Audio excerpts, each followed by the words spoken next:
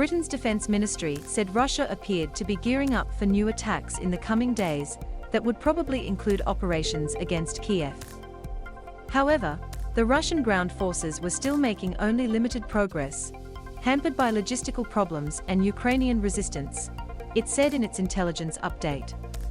The Ukrainian General Staff said Russian forces were regrouping after taking heavy losses. Ukrainian troops had pushed some back to unfavorable positions near the Belarus border to the rear of the main Russian column, it said. Kyiv's mayor, former heavyweight boxing champion Vitali Klitschko, said the capital had enough essential supplies to last a couple of weeks. Supply lines remained open for now. Diamonds, caviar, vodka off the menu. On the economic and political front, the US and its allies moved to further isolate and sanction the Kremlin. President Joe Biden announced the US will dramatically downgrade its trade status with Russia and also ban imports of Russian caviar, alcohol, and diamonds.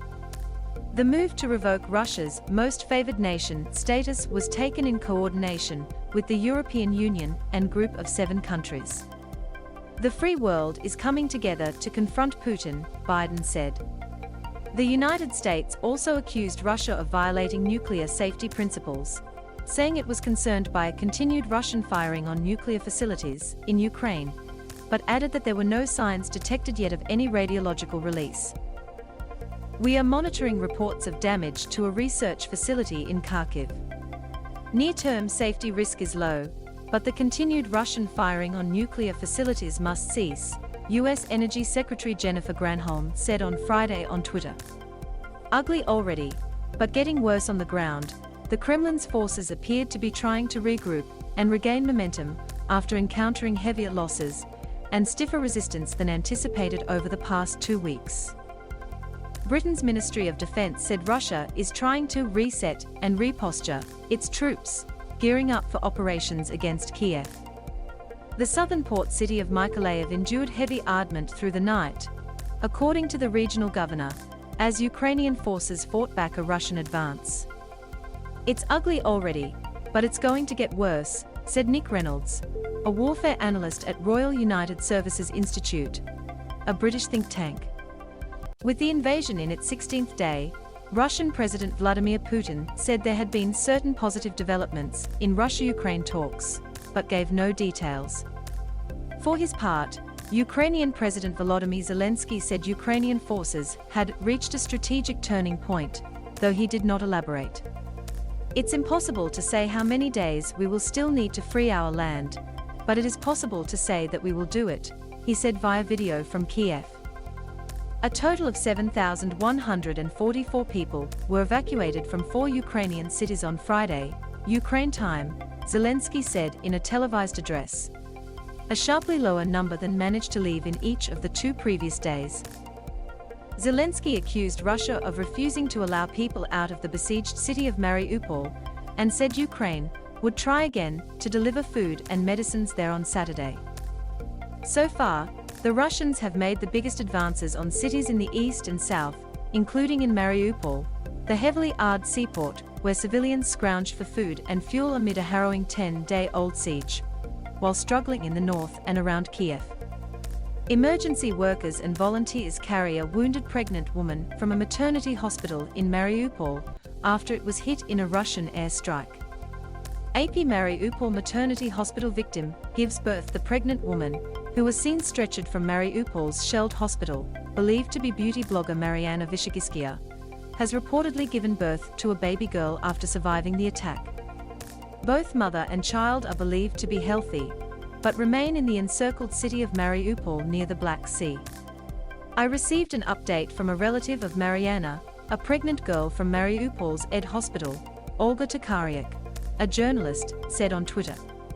They were able to reach her on the phone briefly. Last night at 10 p.m., Mariana gave birth to a baby girl. They are okay, but it's very cold in Mariupol and the ing doesn't stop. Mariupol's council released a statement saying that at least 1,582 civilians had so far been during Russia's shelling and a 12-day blockade of the city. We will never forget and will never forgive this crime against humanity, the council said. Separately, the UN Human Rights Office said it had received credible reports of several cases of Russian forces using cluster munitions in populated areas in Ukraine, adding that indiscriminate use of such weapons might amount to war crimes. A man surveys the damage from a Russian airstrike in Kyiv.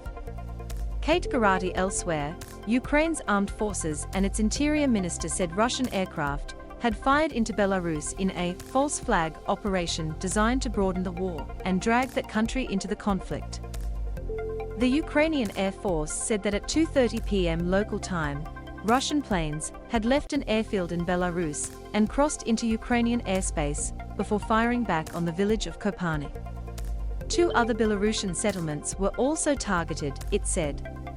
Strategic turning point. Zelensky on Friday accused Russia of relying on conscripts, reservists and Syrian mercenaries to prop up its invasion force after Putin gave the green light for the deployment of up to 16,000 volunteers from the Middle East. Zelensky said Ukraine was fighting an enemy that collects reservists and conscripts from all over Russia to throw them into the hell of war. Who came up with the idea of bringing in mercenaries against our people, thugs from Syria? Putin, at a meeting with Russian Defense Minister Sergei Shoigu, slammed Ukraine's own use of foreign fighters.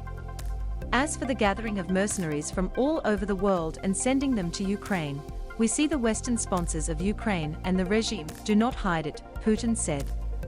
They do it openly, dismissing all norms of international law.